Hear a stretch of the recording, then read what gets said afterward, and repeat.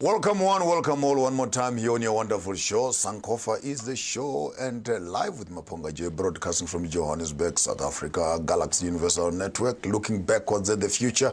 The whole intention of the program is to see how best we can look at the history where we are coming from and maybe have a direction as to where we are. And if we are smart enough, we should start thinking as to where are we going. Because apparently, if we are not very good in terms of reading our compass, in this great sea of life, we'll just end up circling around the Bermuda Islands. It is important, of paramount importance, that we get real people, real conversations from all walks of life, from the academic space, from the economic space, from the political space, and cultural space. The whole idea, bring everybody together. Let the nation start talking. Let us start talking. Today will be very special. I have with me here, he's not very fancy about these earthly titles, but I'll give him one for tonight. I'll call him professor, he's a doctor, he's a qualified academician and a scholar of note, working from the spaces of Wits University and other universities around the world. But his main subject and interests lie within the space of deconstruction, decolonization, reframing, rethinking, realigning, re-questioning the whole African narrative and see how best we can rewrite our African story. Your host is Maponga J, and we brought up with us this afternoon some beautiful young girls and boys who are showing us some traditions of how it was done in the past, how it is still being done in the present. Young boys and girls learning the rhythm of Africa, you know, one step to the left, one to the right, then stamp twice, and etc. And one day when I become really educated, I would want to go back and look at all these expressions and read behind them. Why is the rhythm created like that? Why that syncopation? And you may just find that the philosophy of our own history actually has the DNA and the science that takes us into the future. Don't go away. We'll be back right after the break. Let's see what the young boys and girls have in store for us from the traditions of Mandebele from Zimbabwe. And also I think there's a great link with the greater Zulu tribes. This is one big Zulu, or Bangoni tribe, Abangoni, or the greater Bantu tribes, as we've already discussed in some of our programs. So yes, over to you. Let's see what the young people can show us, some tricks of the past, which are still exciting in the present.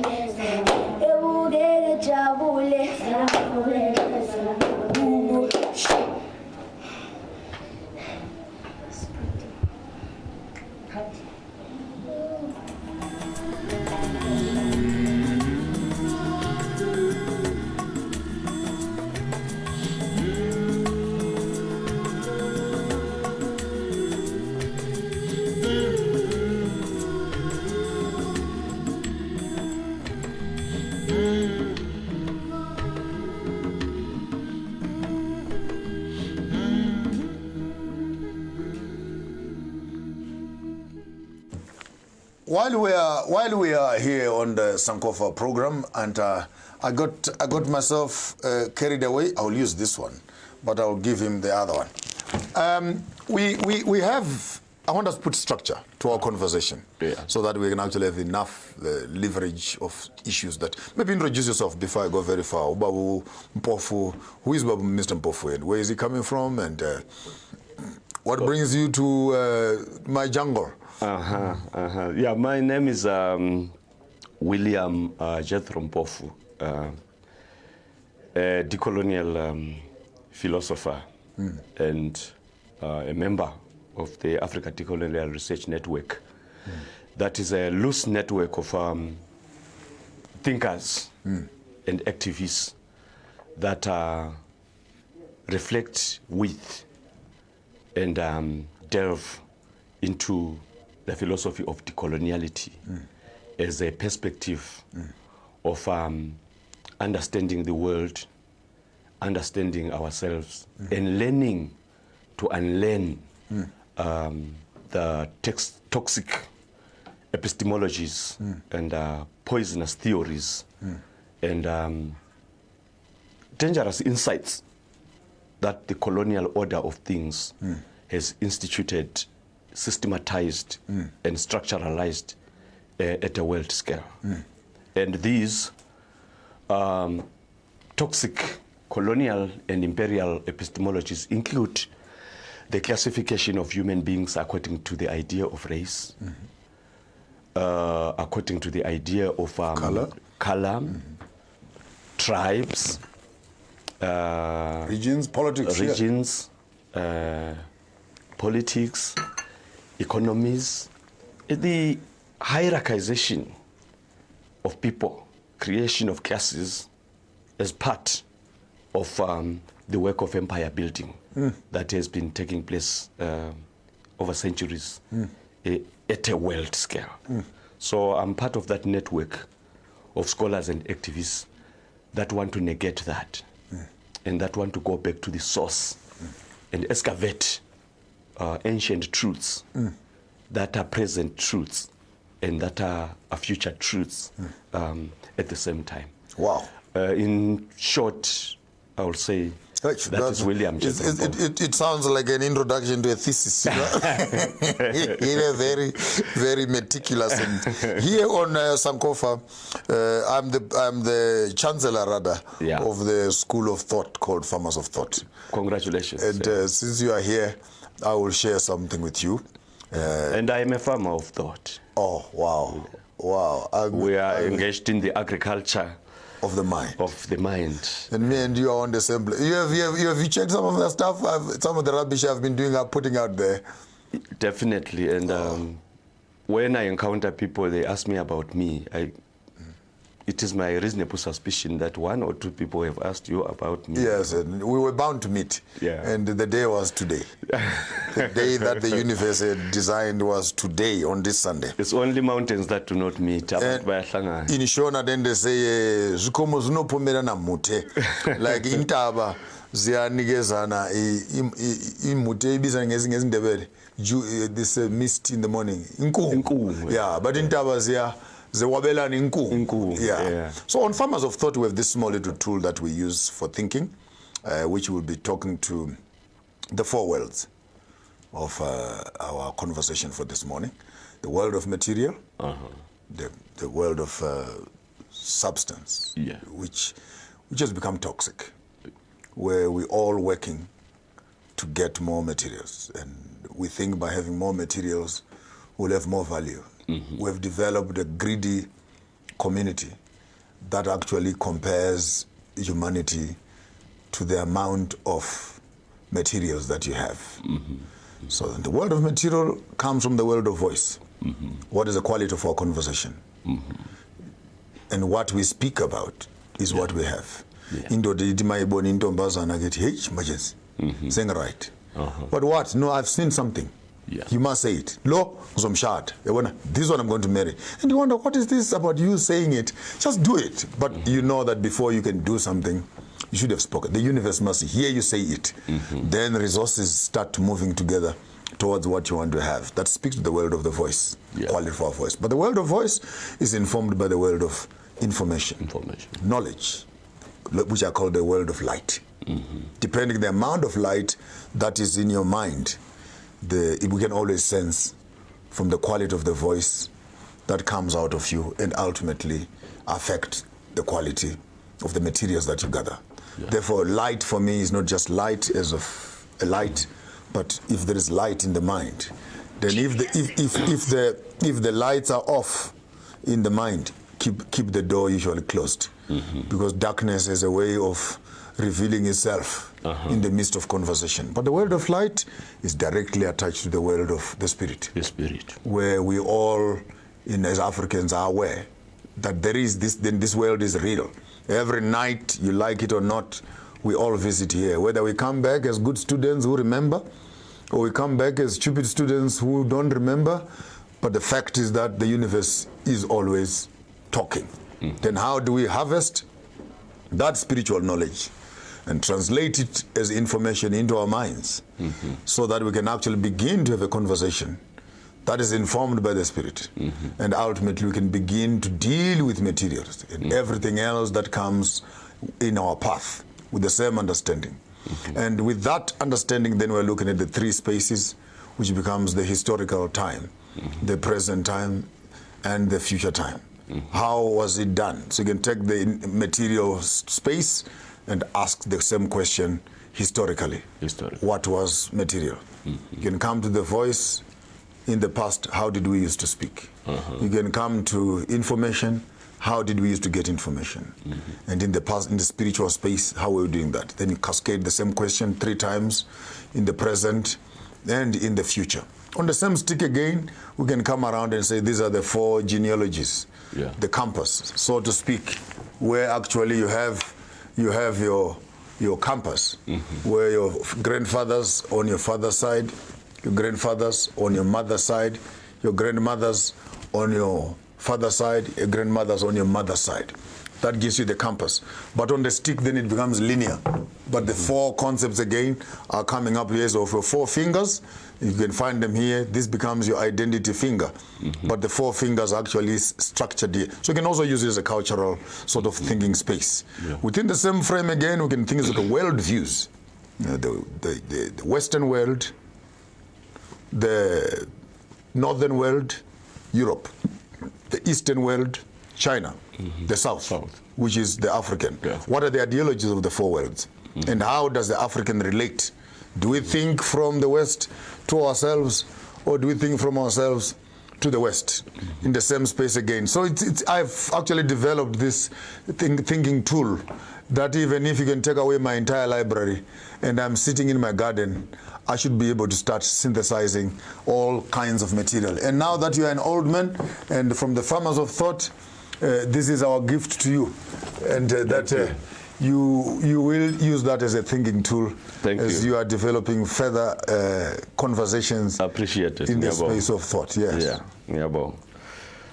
Yeah.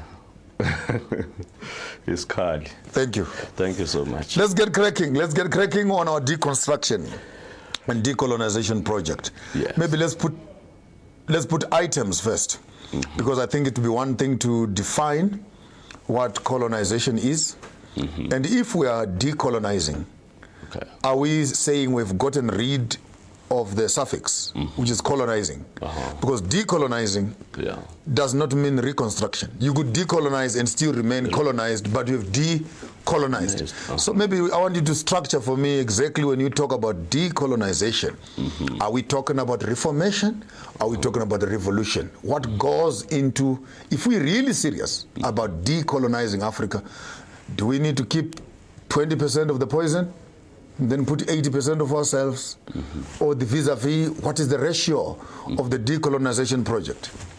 Yeah, thank you very much for Mtala for opening the canvas in the way you have done, and also doing part of my homework by clarifying the spheres of life in the world, and actually unmasking the hidden realities that are the true realities that run the world and that organize life.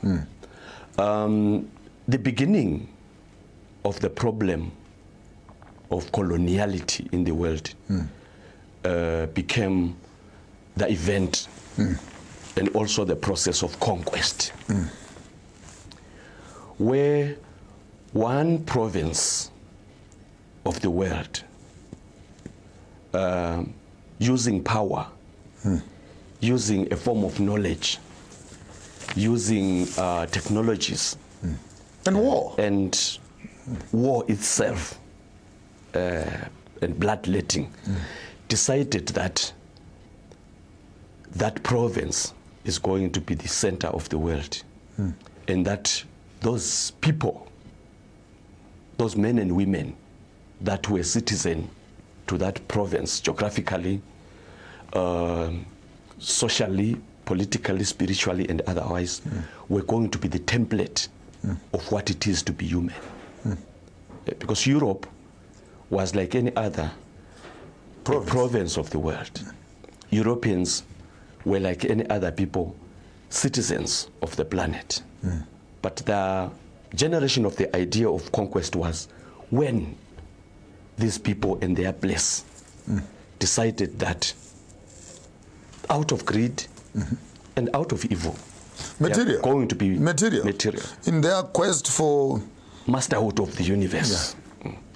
That is when such ideas as the classification of human beings according to race, to gender, ability and inability of body, spiritualities, and other human categories. Because the human category itself was naturally meant to be Pentecostal, in the sense that difference was natural. People were not supposed to be the same, just as places even mangoes are not supposed to be the same. Even oranges. The plant world, the animal world is not supposed to be uniform. But conquest when it came, it wanted to make one out of many. Where there were languages, where there were peoples, where there were nations, where there were geographies, they wanted to create one geography. They one narrative. One narrative. What Chimamanda calls a single story about the world. That's the process of our conquest that entailed enslaving others, invading other people's territories, and capturing nations, capturing states, and capturing systems and structures of power, and turning them into one world economic and political system that we find ourselves in today. So decolonization is the monumental task of unthinking that, undoing that, and unlearning the epistemologies, the knowledges and sensibilities that came with conquest. So in practical terms, decoloniality entails undoing conquest. Wow. Enforcing liberation in theory and in practice. I've always, on my shows here, I've always, I fully comprehend and understand the margin of divide between the academic and the common person. But having outlined that, I always try as much as possible to bridge that, because organically Africans, we are not as simple in terms of our philosophies. What you might call uneducated, I've come to respect that it's only the way you're classifying it. But there's more education in the uneducated than there is education in the educated. Having said that, I want us maybe to pick up item by item, so that we can actually be able to cover quite a big terrain of conversation. So when I drop a subject, then I can see how do we deconstruct this. And I pick up another subject, we can see how do we deconstruct that. And I think for the first top side, I would want us to begin off with how do we decolonize our economy. Let's start with economy, we go to spirituality, we go to culture, we go to education, we go to quite some time. So maybe I want you to apply your mind and slowly begin to look at maybe frameworks and sorts of antidotes which could come in very handy in terms of talking to the young person out there who might say, okay, that's a professor talking. I might not be able to have read as many books as he has. I've not sat in many classrooms as he has. I might not have proliferated as much as he has. But if there is anything we can learn, so at the end of every subject we're going to discuss, we might have maybe a to-do list at the bottom, the recommendations as to what do we say. We speak about economy, how it is colonized now, how do we decolonize it, and maybe small at the bottom there we can do a to-do list. We come to religion, we do the same thing. We got to and cover quite, so that we can, by the end of our conversation, we would have at least have some sizable. So let's start off with the economy. The economy, and I think the starting point there is actually how we got to a scenario where economy is separated from religion, and where economy is separated from culture, from life, life and power itself. That was also part of the project of conquest, where in the Eurocentric Enlightenment regime, these monsters said, we are going to be masters of the universe.